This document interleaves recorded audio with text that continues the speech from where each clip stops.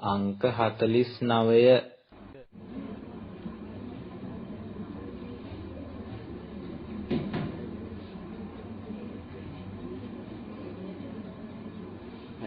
එතකොට මේ කොන්නේ දානේ ගැන කියලාදී දානේ කියන කේදී අපි දෙන්න ඕන දේ මොනවද කියන එක ගැන කියලාදී ආහාර දානය ගැන විතරයි අපි ගොඩාක් කතා කරන්නේ. හිතන්නේ දාන්නේ ආහාර දානය විතරයි. එතකොට අපි බලනවා අපිට ජීවත් වෙන්න අවශ්‍ය වෙන එකම දේ ආහාර විතරයි. නේ? ප්‍රධානම දෙයක් වෙනවා ආහාරය. හැබැයි අපිට තව බොහෝ දේවල් අවශ්‍ය වෙලා තියෙනවා. ඒතර සිව්පසය ලැබෙන්න නම් සිව්පසය දීලා තියෙනවා. චීවර, පිණ්ඩපාත, සේනාසන, ගිලන ප්‍රත්‍ය කියන පහනේ මූලික අවශ්‍යතාවල් තමයි හතරනේ. මූලික අවශ්‍යතාවල් හතරක් එන්නේ. එහෙනම් මේ දේවල් ටික අපිට ලැබෙන්න නම් මේ දේවල් ටික දීලා පරිත්‍යාග කරලා තියෙනවා. එතකොට තමයි නිරෝගීකම දන් දෙන්න, හිතවත්කම දන් දෙන්න, මෛත්‍රී සාගත බව දන් දෙන්න. මේ දේවල් ටික දන් දුන්නාම දන් දෙන්න කියලා කියන්නේ මොකද? තවත් කෙනෙක් බොහෝ කල ජීවත් වෙනකොට අපි කැමති වෙලා ඒ වෙනුවෙන් වැඩ කරනවා. තවත් කෙනෙක් නිරෝගී වෙනවට කැමති වෙලා අපි ඒ වෙනුවෙන් වැඩ කරනවා. තවත් කෙනෙක් හිත හොඳින් ඉන්නවට කැමති වෙලා සතුට වෙනවට කැමති වෙලා ඒ වෙනුවෙන් අපින් කරගෙන යන කාර්ය කරනවා. හැබැයි ওই කාර්යය කියලා කියන්නේ පුංචි දේවල් නොවෙන්න පුළුවන් සමහරවිට. අපි කෙනෙක් නිරෝගී වෙන්නවට කැමති වෙලා සමහරවිට අපිට සිද්ධ වෙන්න පුළුවන් මේ ලොකු කාර්යයක් ඒ වෙනුවෙන් වැඩ කරන්න නේ. දැන් උදාහරණයක් විතර ගත්තොත් අපි පාරේ යනකොට දකිනවා මේ මිනිස්සෙක් පාරේ වැටිලා ඉන්නවා. දැන් අපි මේ මිනිස්සයා අපි මේක ගැන හෙව්වේ නැතොත් මේ මිනිස්සයා මෙතන මැරෙනවා. දැන් අපිට සිද්ධ වෙන මොකද්ද? මේ මිනිස්සයා දීර්ඝායුෂ විඳිනවට කැමති වෙනවා නම් මොකද්ද කරන්න තියෙන්නේ? මේ මිනිස්සේ අපේ ගමන නවත්තලා ඒ වාහනේ දාගෙන අපිට කරන් යන ස්පිරිතාලෙට. ඒතකොට අපි කැමති වෙනවද දැන් ඒ වැඩේ කරන්න? අපි මේ මිනිස්සේ දීර්ඝායුෂ විඳිනවට කැමතියි. හැබැයි මේ ගමන නවත්තලා මේ මිනිස්සේ ස්පිරිතාලෙට කරන් ගිහිල්ලා පොලිසිය ගානේ රස්තියාදු වෙන්න. අපි කැමති නෑ. ඒ කියන්නේ අපි කැමති හරි මොකක් කරන්නද? මෛත්‍රී භාවනාව ඇඳ උඩ ඉඳන්. ඇඳ උඩ ඉඳන් වඩන්න. මේක ඇඳ උඩ ඉඳන් වඩන්න පුළුවන් එකක් එම නෙමෙයි. මේක අපිට උන පාරදී මෛත්‍රිය වඩන්න පුළුවන් තැනක්.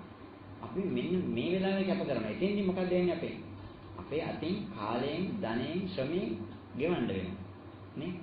අන්න එහෙම ගෙවනකොට තමයි මේ මෛත්‍රී හිත සැබෑවට උපදින්නේ.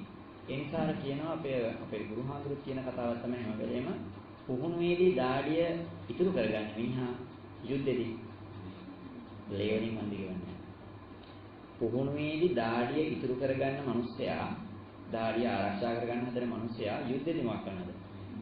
ලේවලින් වන්දි ගවන්න වෙනවා. ඇයි ඒ? අපි පුහුණුව දෙන වෙලාවේ කොරේට හිටියොත් පුහුණුව අඩුවෙන් ගත්තතින් නේ දාඩිය ඉතුරු කරගන්නනේ. දාඩිය ඉතුරු කරගත්ත මිනිස්සයා පුහුණුවක් නැති මේ සෙනෙවියෙක් විදිහට යුද්ධෙට ගිහිල්ලා මොකක් කරගන්නවද? යුද්ධදී ජීවිතෙන් වන්දි ගවන්න වෙනවා. ඒ නිසා පුහුණුවේදී දාඩිය ඉතුරු කරගන්න දැඟලුවොත් අපිට යුද්ධදී ජීවිතෙන් වන්දි ගන්න, උදරයෙන් වන්දි ගන්න. එදා ඉතුරු කරගත්තේ දාඩිය. දැන් පිට කරන්නේ අපතේ යන්න සිද්ධ වෙන්නේ මොනවාද? ලේ, රුධිරේ. ඒ වගේ අපි මේ ජීවිතේදී පුංචි වෙලාවක් ඉතුරු කරගන්න ගිහිල්ලා, පුංචි මුදලක් ඉතුරු කරගන්න ගිහිල්ලා සමහරවිට ජීවිත කාලෙම වන්දි ගන්නවා. මේ ජීවිතේ පුංචි වෙලාවක් කැප කරන්න බැරි කම නිසා අපිට මොකක් වෙනවද? සමහරවිට ඊළඟට ජීවිත කාලෙම මේක වන්දි ගවනවා. ඒ මනසට අහිමි වෙලාගේ පුංචි කාලෙන් නෙවෙයි ඊළඟ. සමහර මිනිස්සු ඉන්නවා ඉපදිච්ච දවසේ ඉඳලා නැගිටින්න වෙදින්න බෑ. කතා කරන්න බෑ. ඉපදිච්ච දවසේ ඉඳලා මොකක් හරි ලෙඩක්. ඒ මනුස්සයා ඒ ලෙඩෙන් පීඩා විඳින්නේ පොඩි වෙලාවක්ද? පොඩි වෙලාවක් නෙවෙයි සමහර ජීවිත කාලයක්. ඒ සමහරලාට ඒ මනුස්සයා පුහුණු වේදී මොකක් කරලාද? පුංචි වෙලාවක් ඉතුරු කරගන්න. පුංචි වෙලාවක් ඉතුරු කරගන්න ගිහලා තමන්ගේ යුතුයකම තමයි මොකක් කළද? පැහැරීමේ විපාකයක් විදිහට සමහරට යාගේ ජීවිත කාලෙමේදී වන්දි ගන්න සිද්ධ වෙන අවස්ථාවල ඕනෑ තරම් තියෙනවා.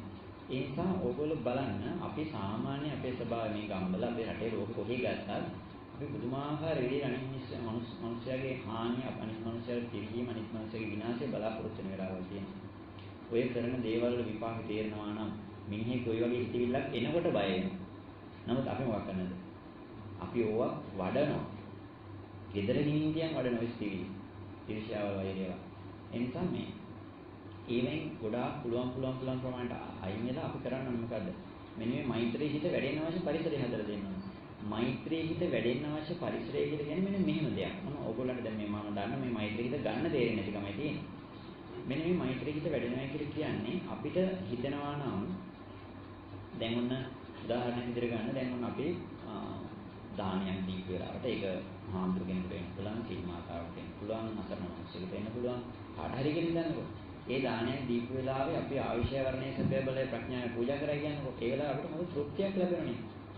අන්නේ අපි තෘප්තියක් ලබන්නේ මට අයිති දෙයක් තවත් කෙනෙක් ලබලා සතුට වෙන දැකි. සතුටුයි මම දීපු දේ ලබලා එයා සතුට වෙනවා දැකලා හටගන්න තෘප්තිය.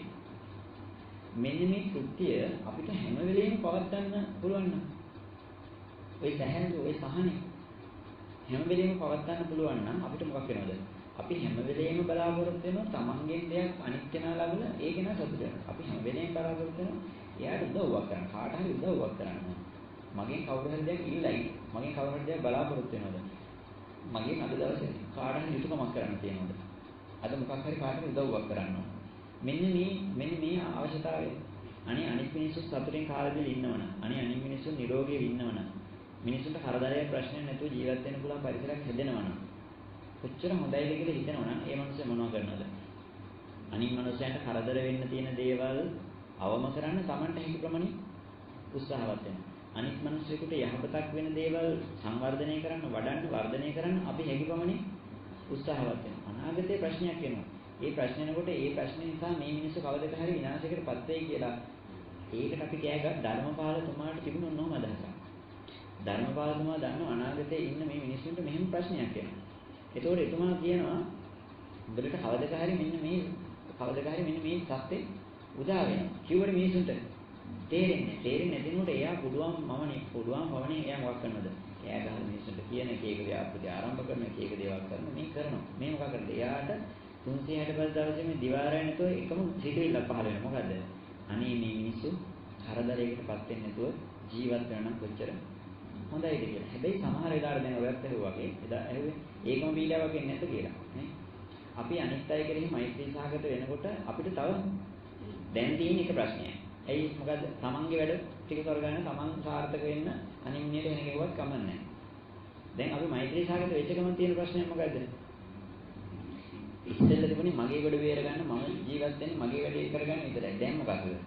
දැන් මේ රටේ ඉන්න මිනිස්සු සාර්ථක කරන්න, රටේ ඉන්න මිනිස්සුම නිරෝගී කරන්න, රටේ ඉන්න මිනිස්සුන්ට යහපත සලසන්න ගිහිල්ලා දැන් තිබ්බ කරදරේ දෙගුණ නේද කියලා හිතනවා. හැබැයි අන්නර තමන් වෙනුවෙන් ගන්න පීඩාවට වඩා අන්නර බහුතරයක් වෙනුවෙන් ගන්න මම කියන්නේ පීඩාව යහපතක් වෙනවා කියන එක නෙමෙයි. හැබැයි අන්න ඒ මට්ටමින් ගන්න පීඩාවෙන් අපිට බොහෝ කාලයක් යහපත මිනිසෙ දීලා පවතිනවා. අපි මේ පීඩාව ගන්නේ අපිට ඒ කාරණාව තේරෙන්නේ නැතිකම ඒක ටික දවසක් ගියනකොට තේරෙනවා කොහොමද මේ මම හොඳටම තේරුම් ගත්ත දෙයක් තමයි මම ඔය කුංචි කාලේ මට ඔය තේරිච්ච කාල සීමාවකදීත් මම කිව්වා ධර්මපාලතුමා හිතපු තැනින් මම හිතන්නේ ධර්මපාලතුමා මේ රට ඇදහැරලා ගියේ මට මම මිනිස්සුන්ට උදව් කළා කවදාකවත් ඔය වචන මගේ කටින් පිට වෙන්නේ නැත්තේ ඇයි ධර්මපාලතුමා කියන්නේ ආයේ මේ ලංකාව දිහාවත් බලන්නේ නැහැ කියලානේ මුන්ට වැඩ කළා වැඩක් නැහැ කියලා කිව්වනේ. අන්න එහෙම අපිට උනේ ඇයි කියලා බලන්න මම ධර්මපාලතුමා වැඩි කියන එක නෙමෙයි. ධර්මපාලතුමාට එතනට උනේ මේ කාරණාව කරද්දී අපි කල යුතු ඇයි කරන්නේ මොකටද කරන්නේ කියන එක ගැන ලොකු අවබෝධයක් මට හිතෙන්නේ නේ. උන්වහන්සේට නැති වෙන්නේ. නමුත් අපි මේ කාරණාවේ අවබෝධ කරගත්තට පස්සේ අපි දන්නවා අපි වැඩ කරන්නේ මේ වගේ මිනිස්සු ටිකක් එක්ක අපිට උමනා වෙන්නේ මොකද්ද? මේ වගේ හිතන මිනිස්සු ටිකයි අපිට මොකද්ද එකම උමනාව? වෙනස් කරන්න. දැන් මිනිස්සු ගුණවන්ත නැහැ කියමුකෝ. සිංහලට වැඩ කළා වැඩ නැහැ. සිංහලේ ගුණවන්ත නැහැ. එහෙනම් අපේ එකම අභිප්‍රායය මොකද? ගුණවන්ත නැති මිනිස්සු ගුණවන්ත කරන එකයි. කරගන්න බැරි වුණොත් බණින්න තියෙන මිනිස්සුන්ට මට කරගන්න බැරි වුණා කියලාද? ඒ මිනිස්සුන් ගුණවන්ත කරගන්න බැරි වුණොත් බණින්න තියෙන තමන් තමයි. ඇයි ඒ? මම මෙච්චර මහන්සිලා මට මේ මිනිස්සු ටික හදාගන්න බැරි. ඒ කියන්නේ මම අසාර්ථකයි. මම හිතන්නේ එතන. ඒ නිසා ඕගොල්ලෝ වරද්දන ඕගොල්ලෝ වැරදි කරනවා. හැබැයි වැරදි කරගෙන හොඳට මතක තියාගන්න. ඕගොල්ලෝ කරන වැරද්දෙන් මම මෙච්චර කෑ ගැහුවට පීඩාව ලැබෙන්නේ මටද? විපාක ලැබෙන්නේ ඔයගොල්ලන්ට. ඒ විපාක ලැබෙන්නේ ඉස්සෙල්ලා මේ කාරණාව මෙච්චර මානසික කියන්නේ. ඒ නිසා ඕගොල්ලන්ට විපාක ලැබෙන එක සම්බන්ධව මට පීඩාවක් නෑ. මට එකම පීඩාව තියෙන්නේ මේක තේරුම් කරලා දෙන්න ගියාම මට ගන්න පීඩාව. දැන් මේක තේරුම් කරලා දෙන්න ගියාම මට ගන්න පීඩාව.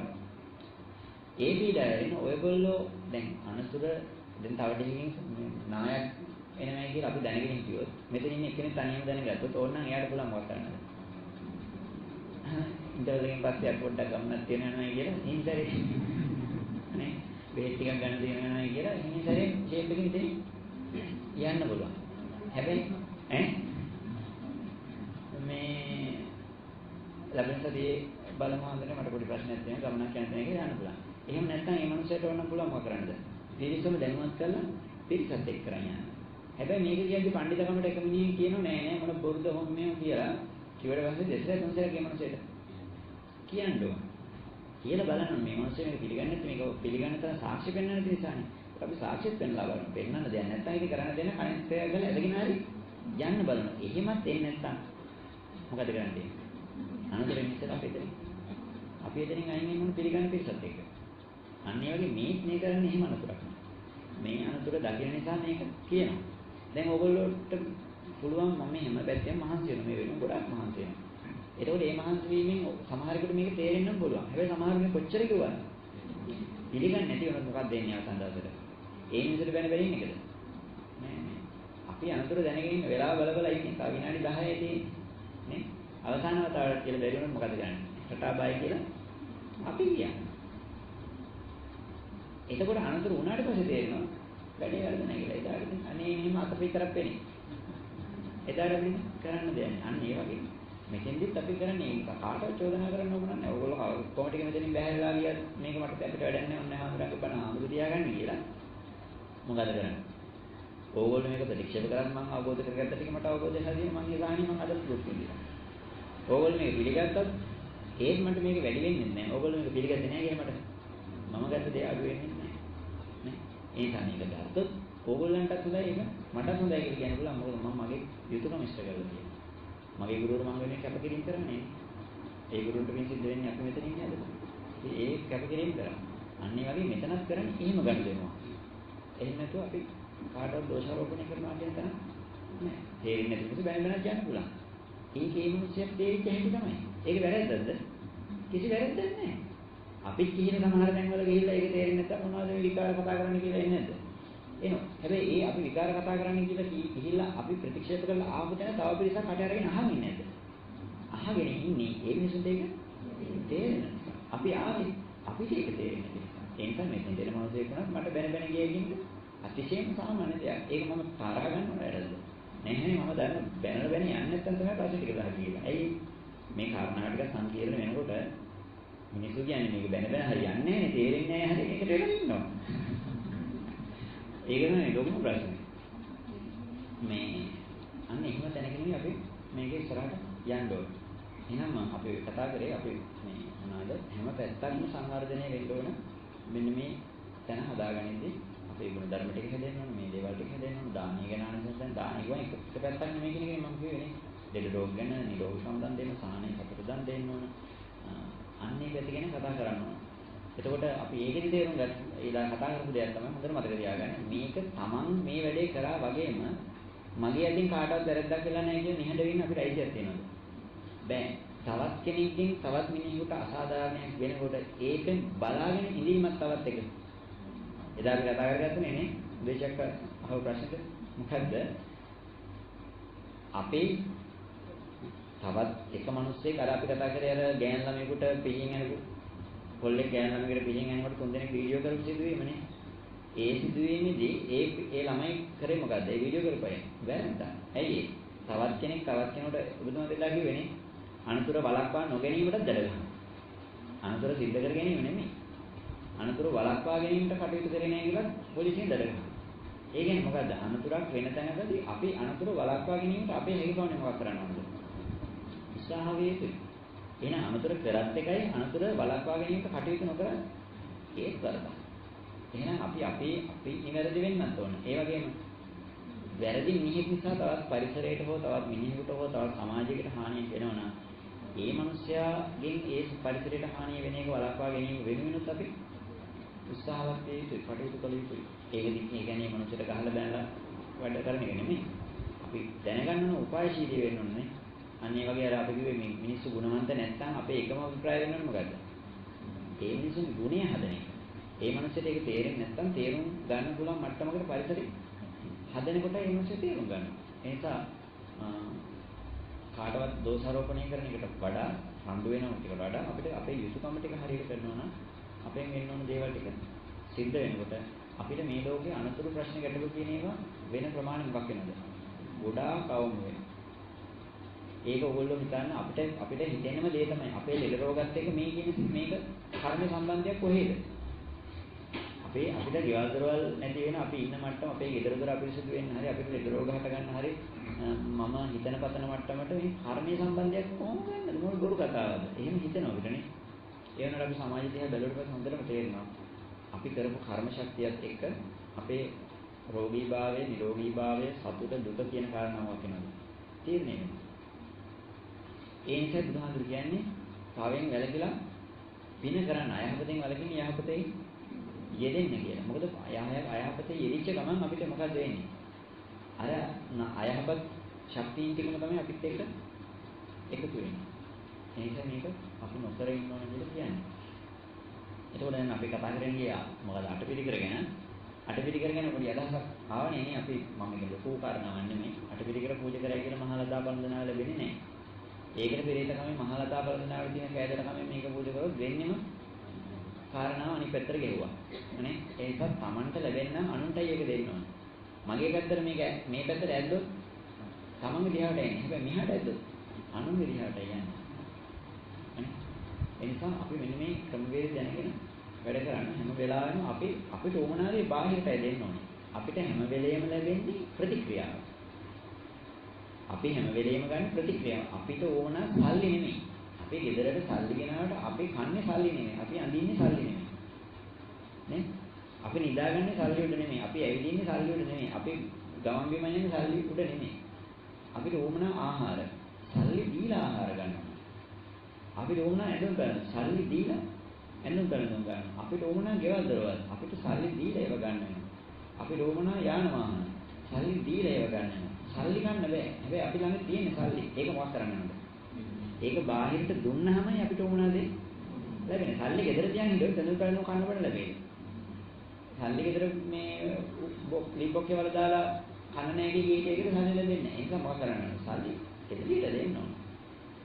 අන්න ඒ වගේ මේ සල්ලි එළියට දුන්නාම කඩෙන් බඩු ලැබෙනවා වගේ මුදලාට සල්ලි දුන්නාම අපිට බඩු ලැබෙනවා වගේ සල්ලි දුන්නාම ලැබෙන එක කොහොමද ලැබෙනවා? අදාළ මුදල අදාළ විදිහට දීලා දෙන්න අදාළ දැනටනේ. ඒ නිසා ගිහිල්ලා ඉල්ලන්න ඕන ගන්න ඕන දැනුත් තියෙනනේ.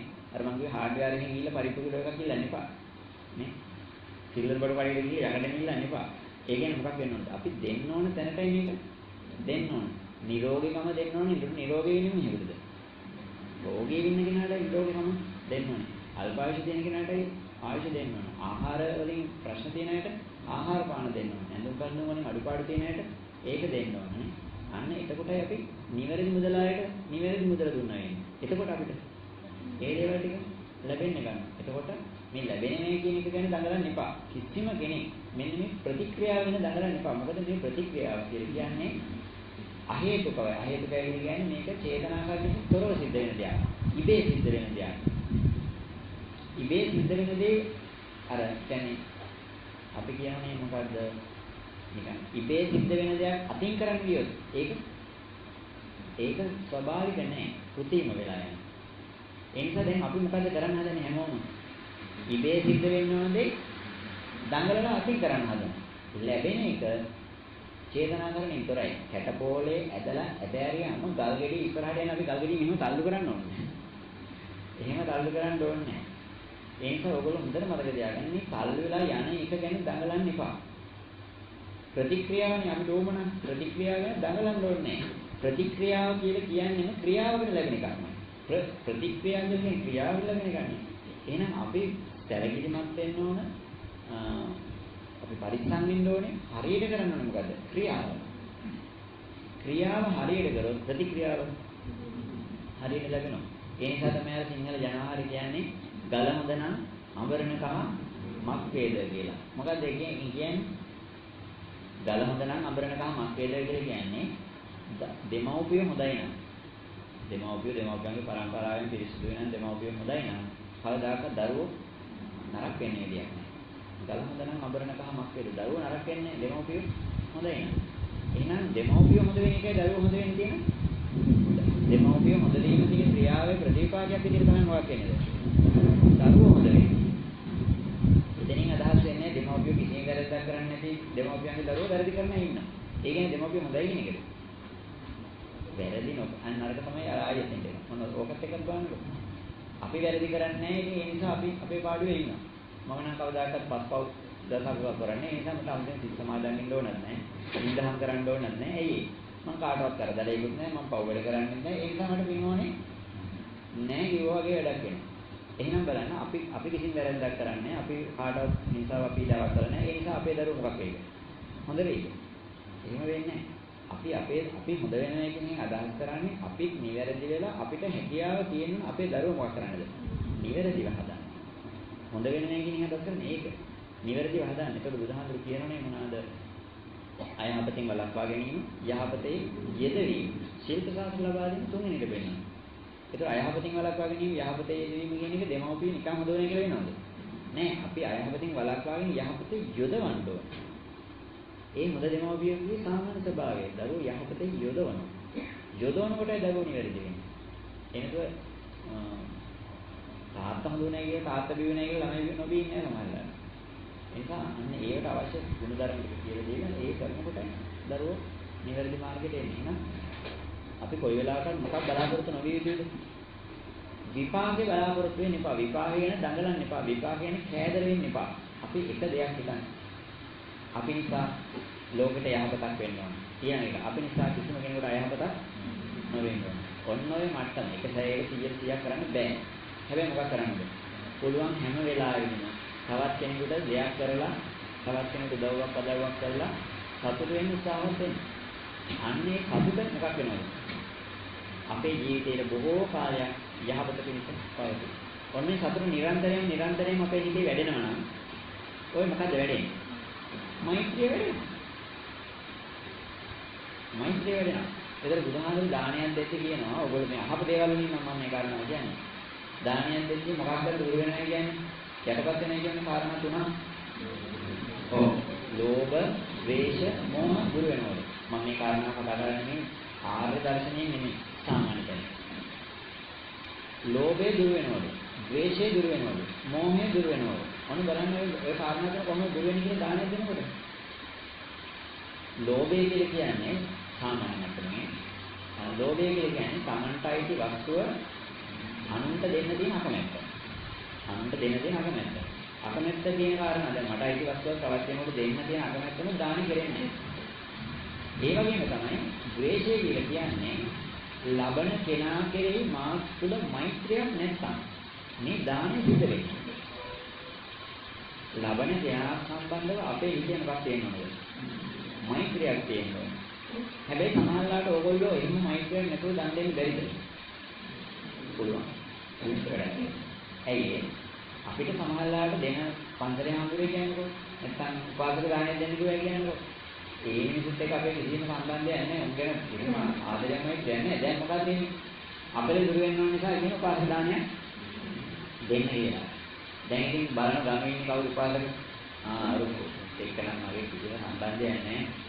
කමන්නේ ඉතින් මේ අපිට දුර කරගන්න ඕකට මේ කන ටික දෙන්න එපායි. දැන් ඉතින් මේ උන්දලා ටික ගෙන්නවලා වාඩි කරවලා බොහෝම මෛත්‍රී සාගත බවක් පෙන්නගෙන මොකක් කරනවද? මේ කන්න දෙනවා. මේ කන්න දෙන්නේ දැන් මොනවද? ගෙදර තියෙන අපල, පෙරේත භූත දෝෂ ටික තමයි මේ මොකක් කරන්නේ. මේ දෙන්නේ. එතකොට මෙන්න මෙහිමුණොත් එයාගේ අරමුණ ඉෂ්ට වෙයි. ඉෂ්ට වෙන්නේ. ඇයි එයාගේ කො මෛත්‍රියක්. නේ අද්වේෂයක් කො. ද්වේෂ නැතිභාවය කියන්නේ මෛත්‍රිය. අද්වේෂය කියන්නේ.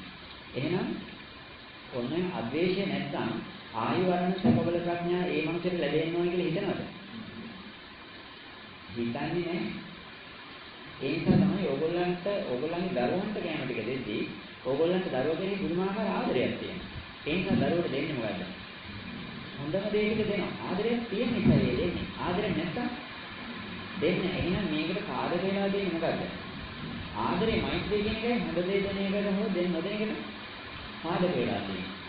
එහෙනම් හොඳ දෙයක් දෙන්නේ අපි එයාට දෙන්නේ මෛත්‍රිය තියෙන නිසා. එහෙනම් මෛත්‍රියක් නැති කෙනෙකුට ඒක කරන්න බෑ. කරන්නේ නැති වෙනකොට මෛත්‍රිය උපදින්නේ නැහැ. උපදින්නේ කරනකොට උපදිනවා. උපදිනකොට කරනවා. දෙපැත්තට ප්‍රත්‍ය වෙනවා. හිතේ මෛත්‍රියක් තිබුණොත් හොඳ දෙයක් දෙනවා. හොඳ දෙයක් දෙනකොට මෛත්‍රිය උපදිනවා. දැන් අර මේ බලන්නේ අන්‍යමන්‍ය ප්‍රත්‍ය වෙනවා කියලා කතා කරනවා. ඔය අපි ඉස්සරහට ගිහිල්ලා කතා කරන්නේ මේ පොඩි දැනගෙන තේරුම් ගන්න තියාගෙන අහලා තියාගෙන වටිනවා. අර අපි අහන්නේ මේ ලෝකෙට ඉස්සෙල්ලා ඉපදෙන්නේ කිකිලෙද ඉස්සෙල්ලා ඉපදෙන්නේ බිත්තරේද කියලා. නේ? බිත්තරේ ඉපදෙනවා කියලා කියන්නේ බිත්තරයක් හටගන්න කිකිලෙක. බිත්තරයක් හටගන්න බෑනේ කිකිලෙකින් කරව. කිකිලෙ හටගන්න බෑ කොහොමද? කිකිලෙ හටගන්නේ බිත්තරේ. එහෙනම් බිත්තරේ තමයි ඉස්සෙල්ලා ඉපදෙන්නේ. බිත්තරේ හටගන්නේ කිකිලෙකින්. එහෙනම් කිකිලි ඉස්සෙල්ලා දෙන්නේ. ඔන්න ඔය වගේ මේ එහෙම හොයන්නේ මේක අගම්ලා හොයාගන්න බැරි වෙනවා. අවසානයේ ඔන්න ලේසියම කරන්න පුළුවන් මොකද්ද? දෙවියන් වහන්සේ කිකිලිය නැවුවා. එතනින් පස්සේ විතර හදගන්න. ඔතනින් එතනින් එහා කතා කරලා. හරිනේ? දැන් ඔය ප්‍රශ්නේ ඔයගොල්ලෝ මගෙන් අහුවොත් දැන් අගට යනකොට මොකක්ද වෙනවද? ඒ කිකිලිය නම් හදගත්තා. කිකිලිය හදගත්ත විතරේ. ඊළඟ එක ආයෙන ගෙලියා ගන්නකොට විතරේ. ආයෙනකට කිකිලි. ඊළඟට ආයෙ ගෙලියා ගන්න විතරේ. කොහොමද ගියේ දැන් මේක අංක පොතේ ඉවරනවා අංක ඉවරන්නේ. ඊට පස්සේ තරහ ගිහලා කියනනේ ආයෝ කහන්නපා. දෙයියන් වහන්සේ කියනවා කිකිලියෙන් විතර හම්බුනා. එච්චරයි. එතෙන් කතාව ඉවරයි. ලේසි. එහෙම කතාවක් නෙමෙයි මේකෙදි අන්‍යමන්‍ය ප්‍රත්‍ය වෙනවා කියන එක. ඒ කියන්නේ මෛත්‍රිය නිසා පරිත්‍යාගය, පරිත්‍යාගය නිසා මෛත්‍රිය. මේ දෙක එකට හට ගන්නවා. ඕක අපි අවදානයේදී කතා කරනවා. දැන් ඔන්න ඔයගොල්ලන්ට පොඩ්ඩක් අදහසක් තේරෙන ඔයගොල්ලෝ අහලා තියෙන්නේ අපි කවුරු හරි රහත් වුණොත් අරහත් භාවයට පත් වුණොත් අපේ ශරීරයේ මේ සුක්‍රාණු දීප නිෂ්පාදනය කියනවාද? අපි හිතමු දැන් ගෑනු ළමයෙක් වැඩි විදිහට වෙන ඉස්සෙල්ලා රහත් වුණොත් එයා වැඩි විදිහට වෙන සිද්ධ වෙන්නේ නැහැ. සුක්‍රාණු දීප නිෂ්පාදනය නවතිනවා. එතකොට ওই සුක්‍රාණු දීප නිෂ්පාදනය වෙන්නේ මොනවා නිසාද? රාගසිතින් නිසා සුක්‍රාණු දීප නිෂ්පාදනය. සුක්‍රාණු දීප නිෂ්පාදනය නිසා රාගය ඇතිවීම. මේ දෙක එකම වෙලාවක එකම දෙපැත්තට සිද්ධ වෙනවා. රාගය නිසා සුක්‍රාණු දීප නිෂ්පාදනය. සුක්‍රාණු දීප නිසා රාග නිෂ්පාදනය. රාගය උපදිනවා. ඒ නිසා සුක්ඛ විස්සති සංඝාදිතේ කියලා සංඝාදිතේ සංඝාදින සුක්‍රාණු චලනය වුණොත් රාගය හටගන්නවා.